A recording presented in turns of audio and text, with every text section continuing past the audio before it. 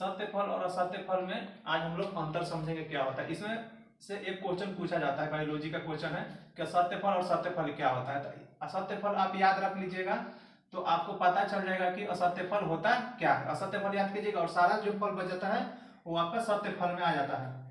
तो सत्य फल का उदाहरण है सेब, कटहल, काजू, नाशपाती, अनानास और शहतूत। अब इसको असत्य फल ही क्यों कहते हैं? इसलिए क्योंकि फूल जो है, ये देखिए फूल का ये हम चित्र बनाए हैं। फूल का जो आवश्यक अंग होता है ये आपका बायदल पुंज और दल पुंज होता है, और फूल का जो आपका मेन अंग होता है, जो मूल अंग होता है वो होता है वर्तिकाग्र। यदि परागकण नर भाग से यदि किसी कीट के माध्यम से पहुंचता है यहाँ पर, ऐसे बाह्यदल पुंज और दल पुंज के माध्यम से अगर ये अंडाशय तक पहुंचता है, यहाँ अंडाशय तक पहुंचता है, तो ये असत्य फल बनेगा। क्यों? क्योंकि इसमें फूल का आवश्यक अंग ही भाग लिया है। फूल का कौन सा अंग लिया भाग?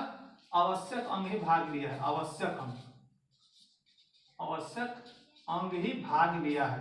और यहाँ पर यदि यही वर्तिकाग्र के माध्यम से अगर परागकण पहुंचता है तो ये फूल का कौन है? मूल अंग हुआ, और यहाँ अंडाशय तक पहुंचेगा तो ये सत्य फल हो जाएगा। इसीलिए असत्य फल का कुछ ही उदाहरण होते हैं। क्या? सेब, कटहल, काजू, नाशपाती, अनानास और शहतूत। और बाह्यदल पुंज को ही, बाह्यदल पुंज और दल पुंज को हम क्या बोलते हैं?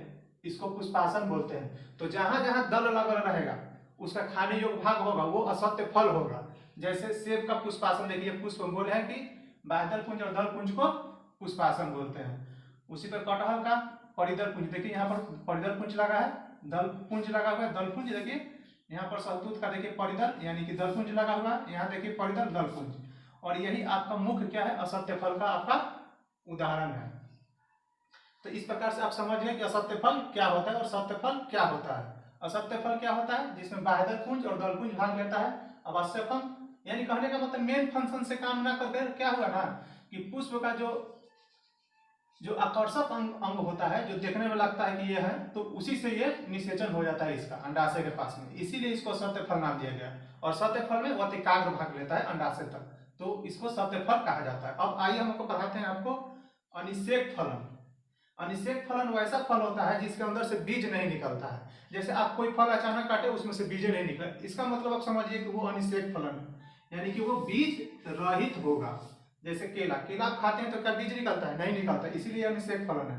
पपीता खाते हैं तो बीज निकलता है? नहीं निकलता, इसीलिए अनिषेक फलन है। लेकिन कहिएगा कि पपीता में तो बीज निकलता है, यानी पपीता में बीज निकला, इसका मतलब वो अनिषेक फलन वो नहीं है। कहीं ना कहीं क्या है इसमें आपका अंडाशय और कहीं ना कहीं इसका परागकण आकर इसमें मिला हुआ है, इसीलिए पपीता हो सकता है कि अनिषेक फलन हो और नहीं भी हो। अंगूर है, देखिए अंगूर में बीज निकलता है, कहिएगा कि नहीं निकलेगा, इसीलिए ये क्या है? अनिषेक फलन है। आपको एग्जाम में असत्य फल में सबसे ज्यादा एनसीईआरटी में अगर कोई पूछा है तो ये सेब और कटहल और नाशपाती, यही काजू, अनानास और शहतूत के बारे में नहीं पूछा, लेकिन ये भी असत्य फल होता है। और जितना फल बच गया वो आपका सत्य फल होगा।